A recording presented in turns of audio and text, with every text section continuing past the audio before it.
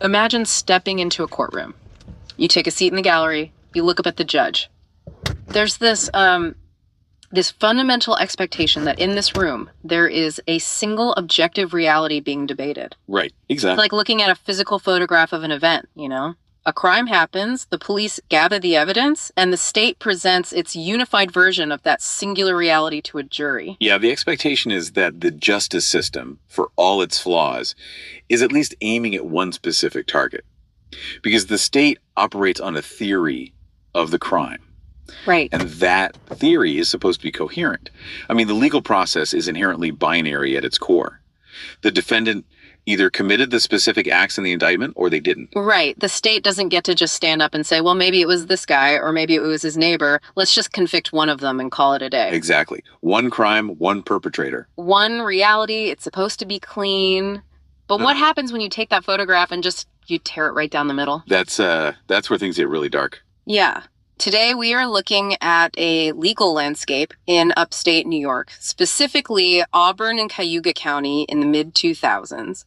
And this is a place where that fundamental rule of justice was allegedly just shattered completely. Completely. It's wild. I really want you to picture this scenario. A single, distinct crime is committed. Harassing emails are sent from a computer. The legal system representing the state investigates. As they should. Right. But instead of pointing the finger at one person, the state allegedly prosecutes two completely different people for the exact same crime.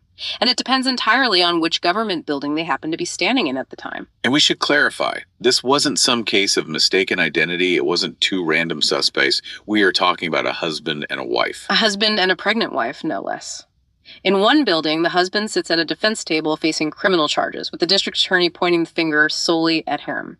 And the DA is telling a judge his wife had nothing to do with it. Right, clearing her completely in that room. Exactly. But across town, in another administrative building, the exact same state apparatus is pointing the finger solely at his pregnant wife, accusing her of sending those exact same emails. And the reason why is just, it's infuriating. It was to deny her unemployment benefits. Yeah. Today, we are plunging into this deep dive on what has been dubbed the triangle of corruption.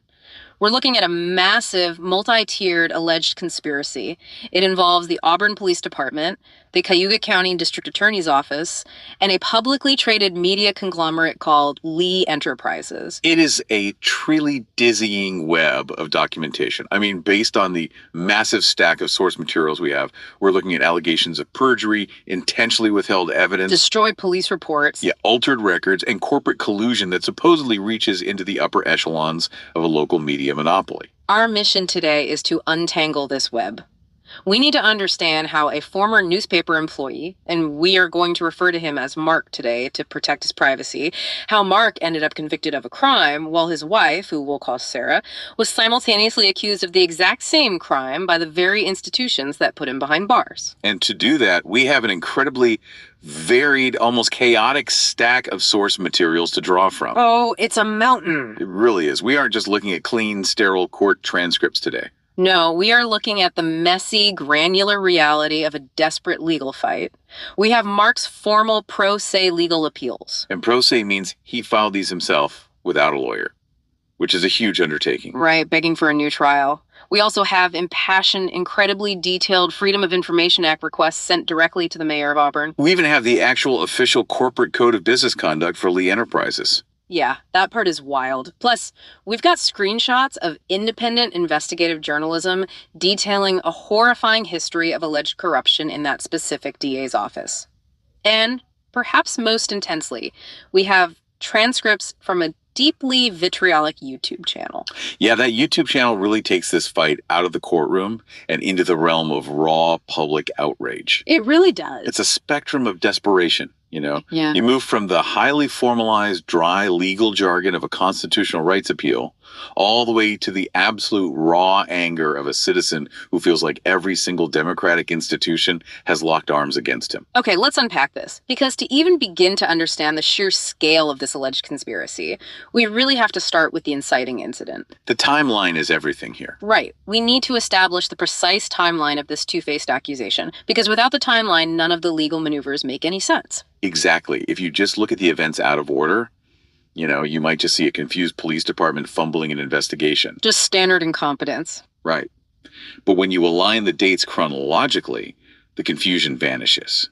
And what emerges appears to be a highly calculated strategy. So let's go back to July 2004. Mark is working at The Citizen, which is the local newspaper in Auburn, New York. And we should note, The Citizen isn't some tiny independent local gazette. No, it's owned by Lee Enterprises. That's a massive publicly traded media company that owns dozens of papers across the country. So in July 2004, the publisher of The Citizen, a man named Richard Emanuel, fires Mark. Which is a standard workplace termination on the surface. But shortly after Mark is let go, someone sends out harassing emails. And these emails are spoofed, right? Yeah, they're sent using the assumed identities of the publisher, Richard Emanuel, and another newspaper employee named Nickel Lafort. Now, obviously, Emanuel is furious. I mean, someone is stealing his digital identity to send harassing messages, so he contacts the Auburn Police Department. Right, and Detective Douglas Parker is put on the case. And almost immediately, Emanuel and the newspaper decide they know exactly who did it. But interestingly, they don't point the finger at Mark, the guy they just fired. No, they point the finger at Sarah, his pregnant wife, who also worked at the newspaper and was actually fired shortly after Mark. Right. On October 19th, 2004, Emanuel fires Sarah. And according to the documents, he explicitly states it's because of this, quote, criminal activity. So Sarah, who is now unemployed and pregnant, does what anyone in her position would do. She applies for unemployment insurance with the New York State Department of Labor. Yeah, she needs that safety net. Exactly. And this administrative process is where the paper trail begins to heavily contradict the state's later criminal narrative. Because Lee Enterprises, backed by Emanuel, fights Sarah's unemployment claim tooth and nail. Right, and for those who might not know, employers have a financial incentive to fight unemployment claims. If a former employee is granted benefits, the employer's unemployment insurance tax rates can actually go up. So they submit official written statements to the state of New York to block her money.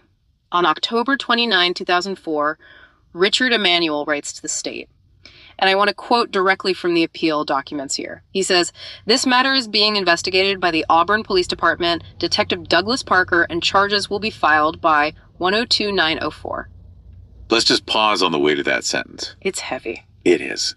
He is putting it in writing to his state government agency that the Auburn police are charging Sarah.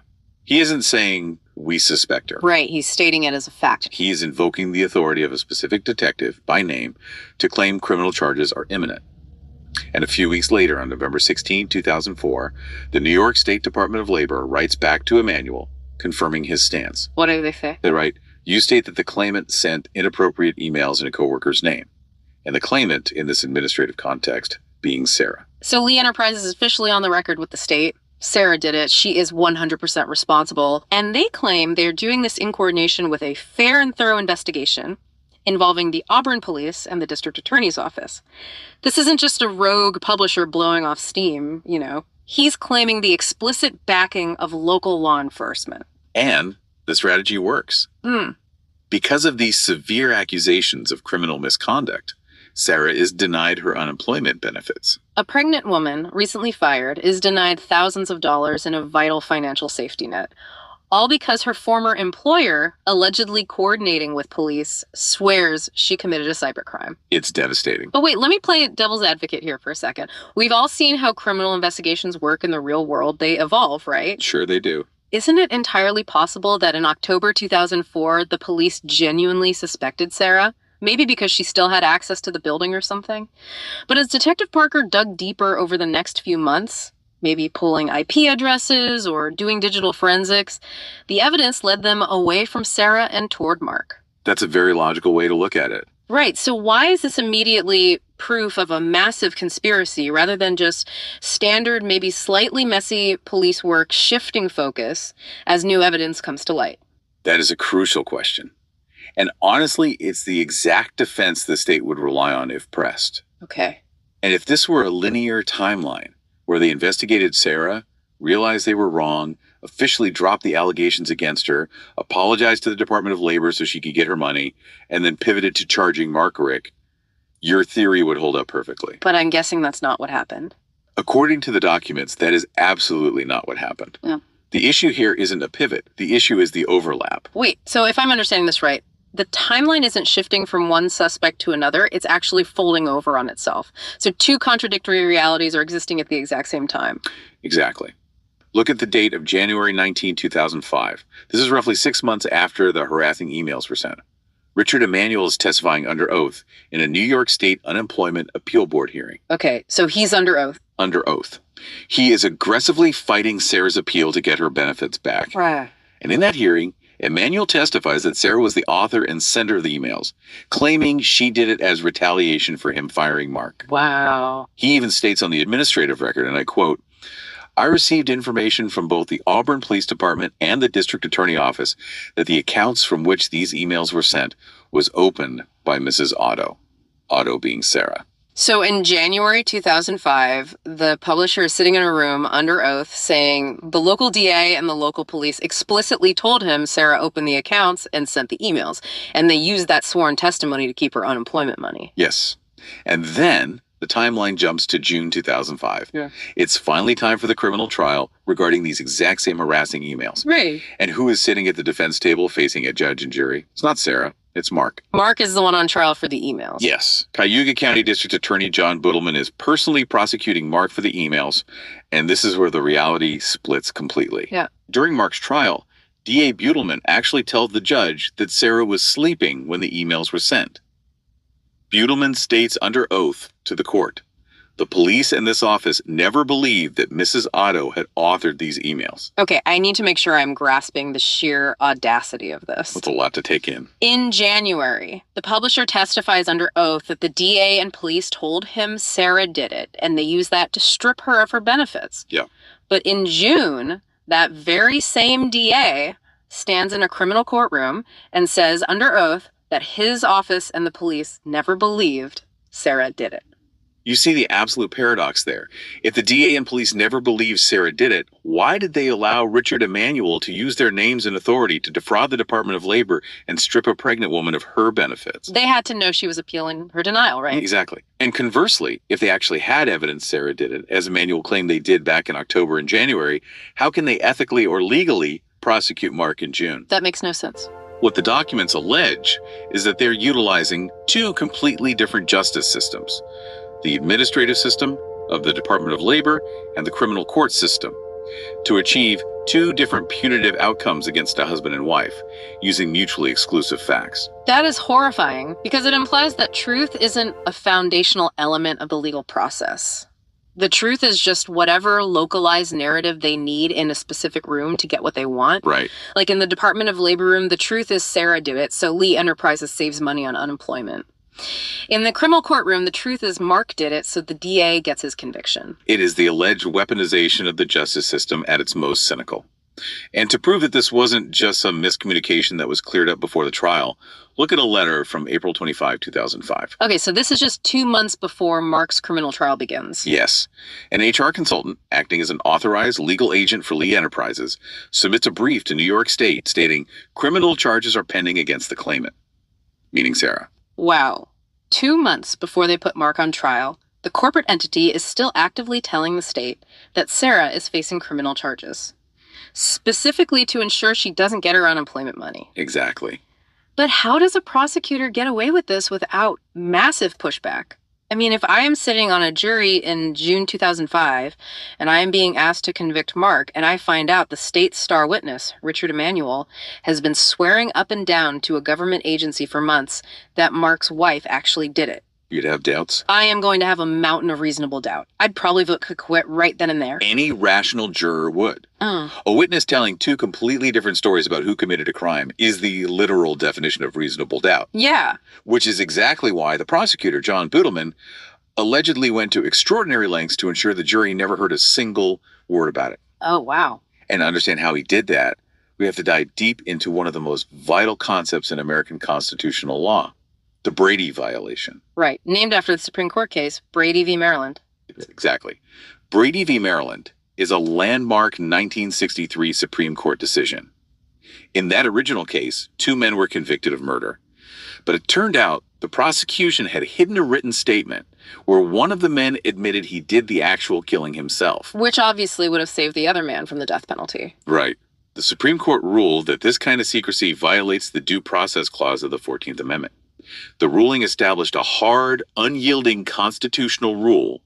Prosecutors must turn over any exculpatory evidence to the defense. And exculpatory evidence is basically anything that helps the defendant's case, really. Broadly, yes. It is any information that is favorable to the defendant. It means if the police or the DA have a piece of paper, a witness statement, an alternative tip, or a lab report that suggests the defendant might be innocent. Or that someone else did it. Exactly. Or, and this is crucial evidence that impeaches the credibility of a state witness, they are legally required to hand it over to the defense attorney well before the trial starts. It's not a suggestion. It is not optional. It is not a courtesy. It is a constitutional mandate. And Richard Emanuel's sworn testimony to the Department of Labor, where he explicitly says Sarah did it, is the absolute textbook definition of exculpatory evidence for Mark. 100%. It provides an alternate suspect, and it completely destroys the credibility of the state's main witness, Emanuel, Right. who is now sitting on the stand in the criminal trial pointing the finger at Mark. Precisely. If the defense attorney can show the jury those Department of Labor documents, the state's entire case just collapses. So here's where it gets really interesting. Because Mark's defense attorney, a guy named Michael Bass, he wasn't asleep at the wheel. He actually knew something was up with the unemployment situation. He did. According to the transcripts, he tries to bring this up during the criminal trial. He stands up in front of the judge, Judge Michael McKeon, and says, Mr. Emanuel fought the unemployment, actually testified in a hearing that charges are pending against Sarah, and she was denied unemployment. Now, Mr. Emanuel has testified, he thinks it was Mark, and he got into reasons why he thinks it was Mark, but his actions and some of the other evidence indicates that it was Sarah. Bass is doing exactly what a defense attorney is supposed to do there.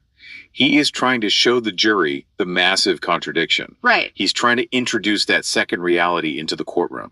He's basically saying, look at this witness's actions. Yeah. He is literally telling two different stories to two different branches of government. And how does DA John Boodleman respond to this? Does he admit the overlap? No. He shuts it down completely. He really does. He tells Judge McKeon that Bass is trying to malign Mr. Emanuel on a non-relevant issue on whether she was denied unemployment, he fought unemployment, or anything else. I don't think that is proper.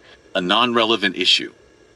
I want you to just think about the sheer audacity of that phrasing from a sworn prosecutor. It's crazy. The fact that his star witness formally blamed a completely different person for the exact same crime under oath just months prior is deemed non-relevant to the trial of the husband. You know, keep this analogy in mind because it perfectly captures what's happening here. Imagine you are playing a high-stakes game of poker. Okay. The dealer, who represents the state, knows you have a winning hand. He knows you hold the cards that prove you didn't do it. In this case, Emmanuel's DOL statements. Right. But instead of letting you lay your cards on the table, the dealer just reaches across, confiscates your winning cards, and tells the rest of the players that those cards are non-relevant to the game. Yeah. And the judge just nods and allows him to do it. That is a phenomenal way to visualize a Brady violation in action, especially when there is judicial complicity. Because Judge McKeon allowed it to happen. He really did. He sustained Beetleman's objection. He kept the jury entirely in the dark. The jury never saw the Department of Labor letters. They never saw the transcripts of Emanuel blaming Sarah. So they were completely blindfolded to the dual reality. Completely. And because they only saw the one carefully curated photograph the state wanted them to see, Mark was convicted. And Mark, in his pro se appeals, is just screaming about this injustice. He writes, instead of following Brady versus Maryland, the state made the deliberate choice to fabricate a new motive for jurors and also withhold their witness's statement and the paper it was printed on because it raised reasonable doubt. This really brings us to the terrifying power dynamics of an American courtroom. We like to think of trials as an equal playing field, right? Yeah, Lady Justice is blind and all that. But the prosecutor holds nearly all the cards. They control the narrative. They control what evidence is presented to the grand jury to get the indictment, and they heavily influence what is presented to the trial jury. And if the judge just goes along with it? Exactly. If a judge is complicit, or perhaps just lazy and unwilling to push back against a powerful local DA, the prosecutor can essentially script the entire reality of the trial from start to finish. But Mark isn't just accusing them of withholding external documents like the DOL letters, right? He's accusing the police department of actively changing their own internal reports to fit this new fabricated narrative. Yes, this is where we get into the mechanics of the chain of custody. Can you break that down for us? Sure. Chain of custody is the chronological documentation or paper trail that records the sequence of custody, control, transfer, analysis, and disposition of physical or electronic evidence. So it tracks exactly who had the evidence and what they said about it at every step. Right. In his Freedom of Information request to the mayor, Mark demands the chain of custody for the digital evidence, the emails themselves. And he points out a deeply disturbing alleged detail regarding an Auburn police sergeant named Sean Butler. What does he claim Butler did? Mark claims that Sergeant Butler, acting as an evidence technician, originally wrote an official police report stating, quote, "These emails were sent by Otto," meaning Sarah. Which perfectly aligns with what Emmanuel was telling the State Unemployment Board at the exact same time. Yes. It means Emmanuel wasn't lying when he said the police told him Sarah did it. Exactly. It strongly suggests there was a distinct moment where the police did believe Sarah did it, or at least had digital forensic evidence pointing in her direction. But then what happened to that report? Well, Mark alleges that Sergeant Butler was ordered by the highest management in the Auburn Police Department to alter that report after the fact. To change official record. Yes. He asked the mayor in his FOIA, who told Butler, enter into the fraudulent story of police never believed that Mrs. Otto had authored these emails these emails were sent by Otto. Wow. Mark is asserting that the police didn't just passively withhold evidence. They actively engaged in the destruction and alteration of their own documentation to align with D.A. Bodelman's new narrative that Mark did it and Sarah was just sleeping. Which, if true, moves us far beyond a Brady violation, which is, a failure to disclose. This moves into active tampering with evidence, forgery, and obstruction of justice. It absolutely does. It elevates it to a systemic cover-up by law enforcement. Imagine you were sitting at that defense table. You know for a factual certainty that the witness on the stand has sworn under oath in another building that your wife committed the crime. And you know your pregnant wife was stripped of her financial safety net because of those lies. Right. But you are legally gagged. The judge and the prosecutor have built this invisible soundproof wall around the jury box. And no matter how hard you scream, the jury is not allowed to hear the truth. It is psychological torture masquerading as jurisprudence. It really is. It makes you feel completely helpless against the machinery of the state.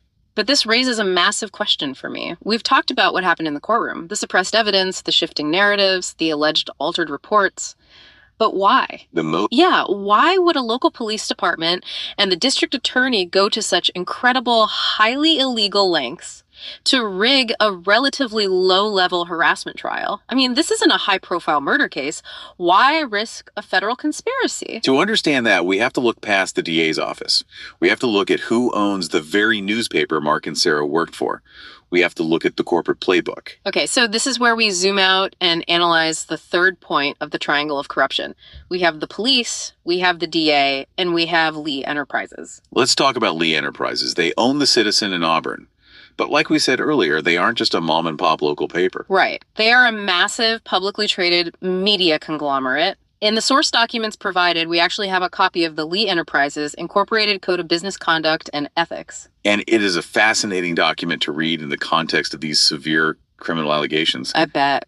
It is filled with soaring, boilerplate corporate rhetoric about integrity and community trust. Let's actually read some of this out loud. Section 1 says, obeying the law, both in letter and in spirit, is the foundation on which this company's ethical standards are built. Sounds great on paper. Right. Or how about the introduction, where it explicitly says, all of our employees must conduct themselves in accordance with this code and seek to avoid even the appearance of improper behavior. Wait, there's more to that line. Yeah. Right. It goes on to say, in this respect, Lee's tradition is that we will engage in no business or political arrangement that would be embarrassing to us if it were published on the front page of the local paper. Embarrassing to us if it were published on the front page of the local paper. That line is dripping with irony, considering what Mark is alleging here. Because he's alleging they engaged in behavior that wouldn't just be embarrassing, it would be front page felony news. Exactly. Mark is alleging the exact opposite of this corporate code. He is alleging that Lee Enterprises essentially bribed the local DA and the police department. Bribe them. In his appeal documents, Mark writes, in violation of its own code of business conduct and ethics, the Lee CEO and other high-ranking Lee executives have an arrangement that includes committing unemployment insurance fraud, withholding news stories that would hurt their political allies in the DA's office. Wow. Making an arrangement with the city of Auburn and the Cayuga County District Attorney's Office to tamper with evidence. So he is laying out a highly specific quid pro quo. He is saying the currency being traded in this corruption isn't cash in briefcases handed off in parking garages. No, not at all. The currency is media coverage. It is control of public perception. That's exactly it. Okay, but I have to ask you about this because this is where my mind struggles with the sheer scale of the alleged conspiracy. Let's see, what part? Lee Enterprises is a massive corporate entity. Their CEO at the time, Mary Junk, and their board of directors oversee operations across the entire country. Why on earth would executives at that level, or even just the local publisher, risk involvement in a federal conspiracy involving perjury and evidence tampering just to save a few $1,000s on one former employee's unemployment claim? It seems incredibly disproportionate to the risk. Right? It makes zero sense from a financial perspective. It's the logical question to ask. If you look at it purely as a financial transaction, risking a multi-million-dollar corporation's reputation over a $5,000 unemployment claim, it makes no sense. But you have to view this through the lens of corporate culture and small-town power dynamics. So it's not about the money, it's about the influence. Precisely. In a small city like Auburn, the local newspaper holds an outsized, almost monopolistic amount of power. They control the daily narrative. That makes sense. For a district attorney like Boodleman, who needs to win re-election, or a police chief who needs favorable coverage for budget approvals and public relations, the publisher of the local paper is a vital political ally. You simply do not want them as an enemy. No, you don't. So they protect each other. It's about maintaining a deeply entrenched local oligarchy. Okay, I see. For Lee Enterprises, fighting Sarah's unemployment claim might have just been a standard, ruthless corporate policy. Never concede a dime to a fired employee, always fight the claim. But then they got caught in their own lie. Exactly. When they realized they had pointed the finger at Sarah to the state to save money, but the DA wanted to prosecute Mark for the actual crime, the local power structure had to lock arms to protect itself. Because if Emmanuel is exposed for perjury at the DOL, the paper loses credibility. And if Boodleman exposes Emmanuel, he loses the backing of the paper. So the DA helps the publisher cover his tracks by hiding the DOL documents in court. And in return, the publisher ensures the paper writes glowing profiles of the DA come election season, or at the very least, suppresses any investigative journalism into the DA's office. Exactly. It's the ultimate political arrangement that their own code of ethics explicitly forbids. That's wild. And there is a chilling detail in the court transcripts Mark provides that gives incredible documented weight to this theory of corporate collusion driving the prosecutor's actions. You're talking about the interaction with the corporate lawyers during the trial. Yes. This is perhaps one of the most stunning moments in the transcript. During Mark's criminal trial, DA John Boodleman actually admits to the judge on the official record that he is taking direction from Lee Enterprises corporate attorneys. Taking direction from them. About what? Regarding what a state witness is allowed to say on the stand. You've got to be kidding. I'm not. Boodleman says to Judge McKeon, Judge, I too have been in contact with the counsels of Lee Enterprises. They also directed me and the local resource person on today that she could discuss that she was no longer there and the dates and so forth, but not to discuss the underlying claim or purposes. They also directed me. The elected district attorney of Cayuga County is openly telling a judge that corporate lawyers for a media conglomerate directed him on how to limit a state witness's testimony. Yes. And specifically limiting it to keep the jury from hearing about the underlying unemployment fraud. It is a breathtaking admission of compromised ethics. Yeah. An honest independent prosecutor does not take directions from the victim's corporate lawyers on what evidence to present or hide from a jury. No. The DA represents the people of the state of New York, not Lee Enterprises. Exactly. This admission suggests a complete breakdown of the separation between the state's justice system and private corporate interests. The prosecutor seemingly became a proxy agent for Lee Enterprises. And Mark takes this a step further in his appeals, bringing up a massive federal angle, the SEC. Oh yeah, the investor fraud argument. Right.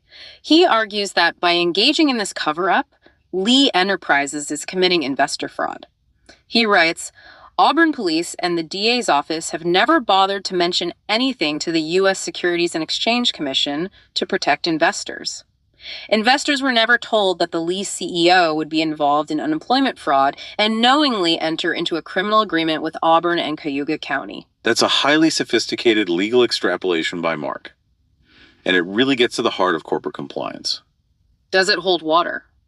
Well, think about it. Yeah. If a publicly traded company is leveraging its local newsrooms to broker corrupt, illegal deals with local law enforcement, tamper with evidence, committing perjury at state agencies, that is a massive, undisclosed financial liability. Because if that corruption blows up and becomes public, the company could face massive fines, lawsuits, and the stock price could tank. Exactly. Does the company have a fiduciary duty to disclose to its shareholders that its local publishers are engaging in felony conspiracies with district attorneys? Absolutely. So, by keeping it hidden, Mark is arguing they are technically deceiving their investors by hiding severe operational risks. That's his argument, yes. So, we have this incredibly dark picture painted by Mark. A corrupt local DA working hand in glove with a ruthless corporate publisher to railroad a guy and steal his pregnant wife's unemployment benefits. It's grim. But at this point in the deep dive, I think a skeptical listener might still be saying, okay, this all sounds terrible, but it all comes from Mark. Right, the convicted defendant. Yeah, these are his appeals, his letters. Of course he's going to claim the system is rigged and the DA is corrupt. This sounds like the desperate conspiracy theory of a guy who just lost his case and won't accept it. Which is a completely fair and legally necessary skepticism to have. If Mark's claims were the only evidence we had in this stack of sources, we might just view this as a tragic, complex case of a defendant unable to accept a guilty verdict. We see that all the time. But this is where the narrative shifts entirely. It really does. Because we have independent journalistic evidence from completely unrelated cases that shows DA John Boodleman allegedly has a severe documented history of doing exactly what Mark is accusing him of doing. This is the turning point of the entire deep dive, because it moves Mark's claims from isolated conspiracy theory from a disgruntled defendant to established, documented, operational playbook of a corrupt office. So let's talk about a man named Jeffrey Domachowski. In our sources, we have screenshots from a deeply researched investigative article published on Syracuse.com by a journalist named John O'Brien. And Domachowski was a former assistant district attorney in Cayuga County. He worked directly under DA John Boodleman. He was the ultimate insider. He was in the room. He saw exactly how the prosecutorial sausage was made in Cayuga County. And what he saw apparently horrified him to his core. Yeah, it did. The article details that Boodleman fired Domachowski in June. And why was he fired? According to the article, it was for bucking the DA's practice of not disclosing evidence to defendants and county grand juries. And Domachowski didn't just go quietly. He blew the whistle. He filed a formal notice of claim against the county, accusing Boodleman of malfeasance and retaliation. He actually went on the record to the press and said, "It's the Dukes of Hazzard out there." Which is quite the statement. Domachowski revealed that Boodleman had a deliberate, systemic practice of secretly withholding exculpatory evidence. We're talking about Brady violations not as an accidental oversight, but as standard operating procedure. Exactly. Domachowski identified at least 15 separate drug cases over 8 years where Boodleman secretly withheld evidence from defense attorneys. 15 cases. That is a staggering pattern. It really is. Let's dive into the specifics of a few of these because they are infuriating and they illuminate exactly how this DA operates. Let's look at the Matthews case first. The Matthews case perfectly illustrates the mechanics of Boodleman's alleged corruption and how he manipulates the law. So Matthews was arrested and charged with selling heroin and cocaine, and because of his prior criminal record, he was facing 25 years to life in prison. These were major drug trafficking charges. 25 years to life. They were trying to lock him away for the rest of his natural existence. Now, there is a specific legal defense in New York state law called the agency defense. What does that mean? If you can prove to a jury that you are not the actual drug dealer profiting from the sale, but simply acting as an agent or a middleman for the buyer, say, doing a favor for a friend to help them score without making any money yourself, courts consider you significantly less culpable. Oh, I see. So it drops the severity of the crime drastically from trafficking to simple possession. Exactly. And according to Domachowski, there was a police report in the Matthews case that proved exactly that. Really? Yes. The withheld police report stated that a female friend of Matthews, who was actually secretly working as a paid police informant, met with him to buy cocaine. They went to a known dealer's house together. Okay. She gave Matthews the money. He went inside, bought the drugs, came back out, and gave them to her immediately. So he didn't make any money off it. Right. Domachowski said these are the classic elements of the agency defense. It proved Matthews was just a middleman getting no financial benefit from the deal. But Boodleman didn't want Matthews to get a lighter sentence based on the facts, right? No, he wanted the headline grabbing 25 to life trafficking conviction. So, according to Domachowski's whistleblowing, Boodleman explicitly ordered him not to give this crucial police report to Matthews' defense lawyer, Simon Moody. He ordered his own assistant district attorney to actively violate the Constitution. He ordered him to hide evidence that could literally save a man from spending his life in a cage. It's sickening. But Domachowski refused to play along. He told Moody about the report anyway, citing his ethical obligation to the law. Good for him. Yeah. A judge eventually ordered Boodleman to turn the report over. And once the jury finally saw that withheld report, what happened? Let me guess, he wasn't convicted of trafficking. It's exactly. The jury acquitted Matthews of selling heroin and cocaine. They convicted him only of the much less serious drug possession charges. Wow. Instead of facing 25 years to life, Matthews faced a maximum of 2 years. Matthews actually told the reporter in a jailhouse interview, "I would just been another statistic pleading guilty if Domachowski hadn't revealed the truth." Another statistic pleading guilty. That phrase is just haunting because it forces you to ask, how many people are sitting in prison in upstate New York right now simply because they didn't have a Domachowski on the inside willing to risk his career to hand over the hidden evidence? Well, we know of at least one other devastating case detailed in these investigative sources, the case of Matt Kopecky. Oh man, the Kopecky case. This one is incredibly hard to read. It's heartbreaking. Let's unpack this one in detail. Matt Kopecky is a 37-year-old Army veteran, 10 years of military service. He served combat tours in Iraq and Afghanistan. He sacrificed a lot. He comes home with severe PTSD, debilitating problems with his back, his knees, his ankles. And he starts using marijuana to treat his physical and mental conditions, which was actually recommended by a doctor when he previously lived in California. Right, so he is a wounded combat veteran trying to cope with the immense trauma of war. He is living in Cayuga County, and police raid his home.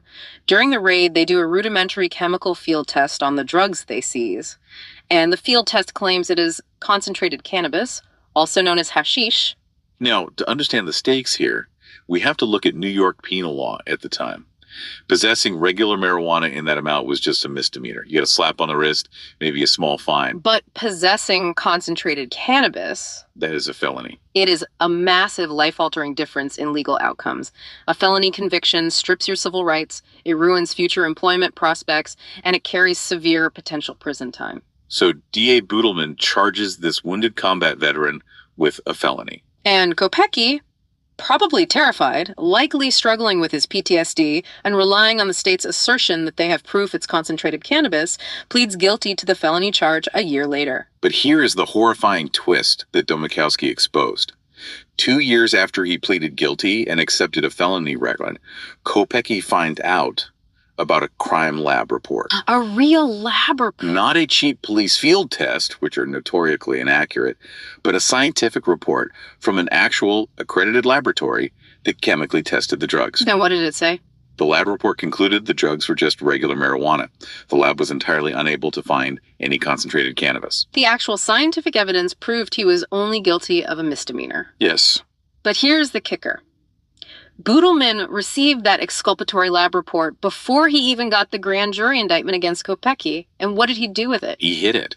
He secretly withheld the scientific lab report from Kopecky's lawyer. That is unbelievable. He allowed a combat veteran to plead guilty to a felony, knowing full well that the science proved it was only a misdemeanor. And the consequences for Kopecky were utterly devastating. Because Boodleman secured a felony conviction, it triggered civil asset forfeiture laws. Right. The police didn't just give him probation. They seized his property. According to the article, police seized Kopecki's coin collection, which was worth $24,000, and they actually seized his wife's diamond wedding ring. They took a veteran's life savings and his wife's wedding ring, all based on a felony conviction that was secured by intentionally hiding a scientific lab report. You know, imagine walking into a casino and you assume the odds favor the house. That's just how the system works. Sure. But then you find out the games aren't just rigged. You find out the gaming commission itself is owned by the house and they're actively altering the cards in the middle of the hand. That's exactly what this DA's office sounds like. It's not just one bad call, the entire institution is engineered to deceive. That casino analogy is vital for understanding what Mark was up against. We have to look at the psychology and the systemic danger of this kind of prosecutorial misconduct. Because it's a mindset. It is. When Domachowski confronted Butelman about this illegal practice of hiding evidence, Butelman allegedly defended it. He told Domachowski that some reports couldn't be disclosed because they would reveal secret police practices or identify confidential informants. That sounds like an incredibly convenient excuse to just bypass the Constitution whenever it suits you. It is the core justification of an authoritarian mindset. It is a prosecutor unilaterally deciding that his goals, his win rate, and his protection of police tactics are more important than a citizen's constitutional right to a fair trial. Wow. When a district attorney operates like that, objective truth is no longer the goal of the justice system. Securing the conviction becomes the only goal by any means necessary, legal or otherwise. So if we take all of this independent evidence of Butelman's behavior and apply it back to Mark's case. Exactly. If you look at Butelman's established, documented playbook, if he is willing to destroy a combat veteran's life by hiding a lab report to secure a felony and seize a wedding ring. And if he is willing to let a man face 25 years to life in prison by hiding a police report about an informant, then what Mark is alleging isn't crazy at all. It is entirely consistent.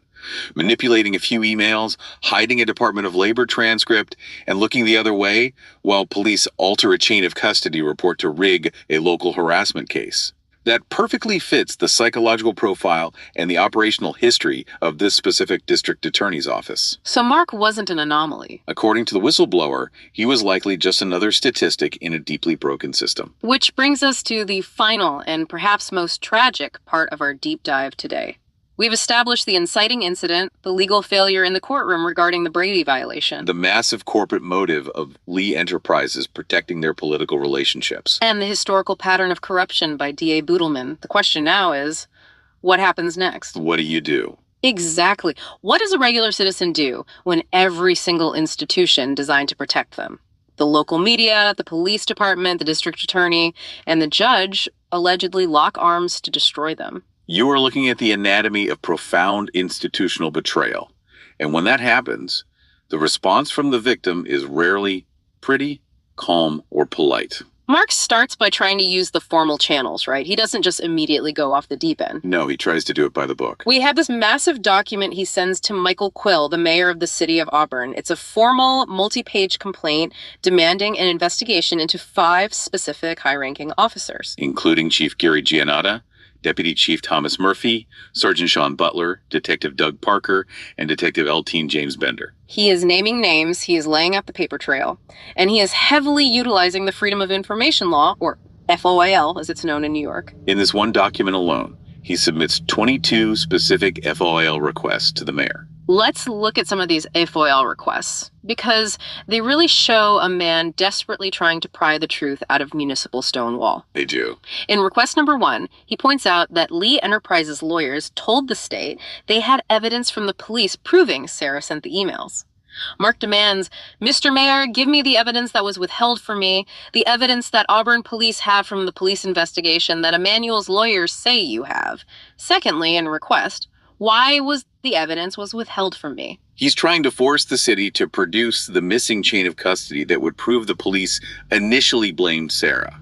Right, and in request number 7, he asks, what Auburn police officer or officers told Lee Enterprises 6 months before my criminal trial that Sarah had already been charged by the Auburn Police Department? He is relentlessly hammering at the contradictions, trying to force the city to put on paper who exactly leaked the false information to the publisher. But he's getting nowhere. I mean, cities have a million ways to stonewall a FOL request. Oh, absolutely. claiming it's an unwarranted invasion of privacy, claiming the records are part of an ongoing investigation. Or just delaying for months on end, and the courts deny his appeals. Judge McKeon actually rules on the appeal that there is nothing in the record that supports the defendant's claim that Lee Publications contends Mrs. Otto sent the emails. He writes that while completely ignoring the actual Department of Labor documents Mark attached to his appeal. It's maddening. When the system gaslights you to that degree, when an appellate judge looks at a physical piece of paper that says X and writes a binding legal ruling that says not X, something fundamental breaks in a person's psyche. The formal channels have failed. The legal avenues are exhausted. The local newspaper won't cover it because they are allegedly part of the conspiracy. And that is when the rhetoric boils over. That is when we enter the world of DCOM 20. Yeah. DCOM 20 is a YouTube channel.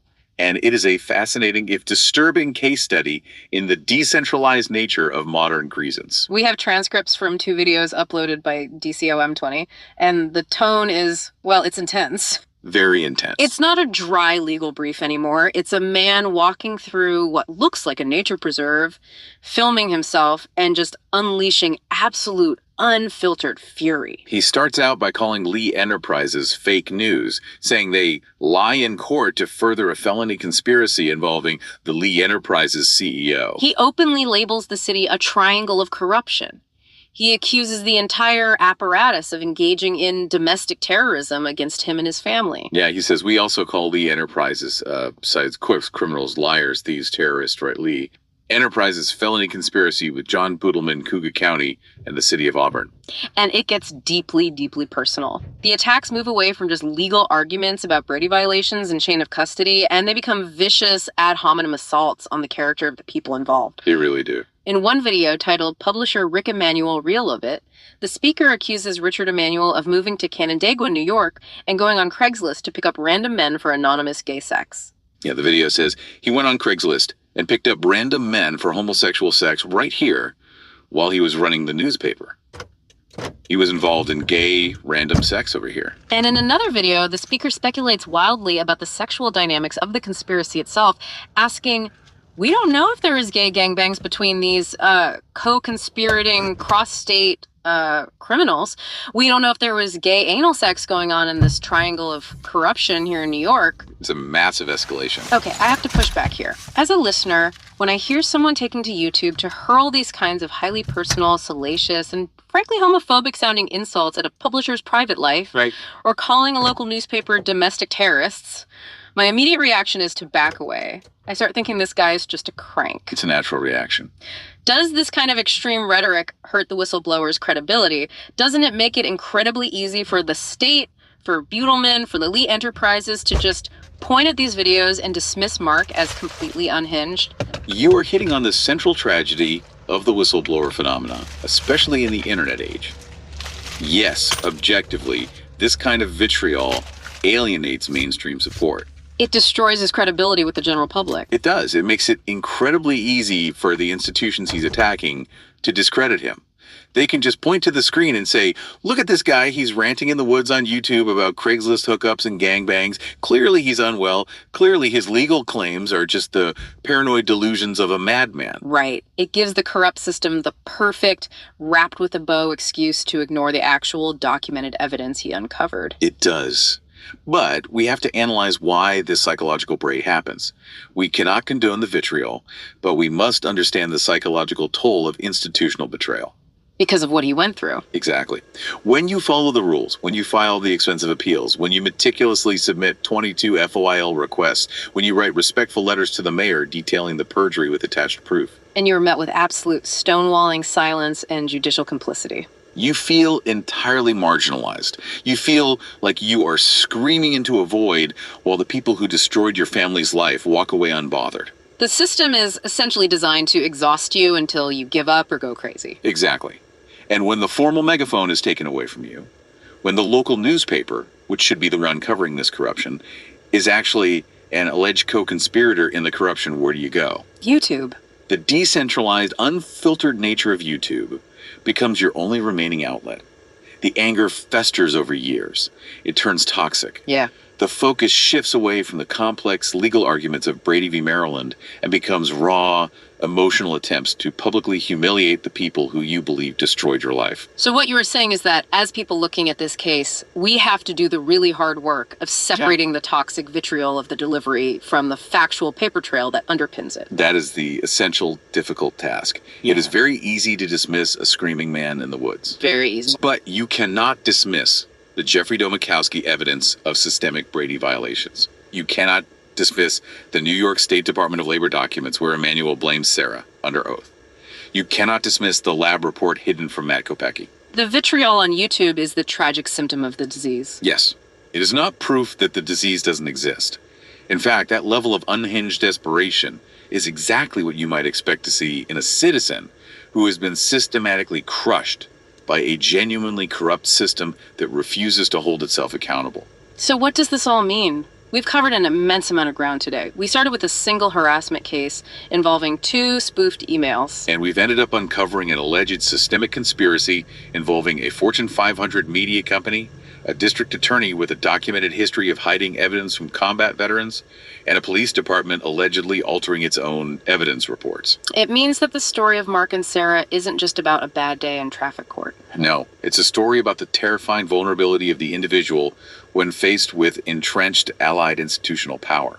Because if Mark's claims are true, and the independent journalistic evidence regarding D.A. Boodleman heavily suggests the environment in Cayuga County was right for them to be true, it shows that truth in an American courtroom isn't necessarily about objective facts. It's about control of the narrative. Exactly. The truth is merely what the prosecutor decides the jury is allowed to see.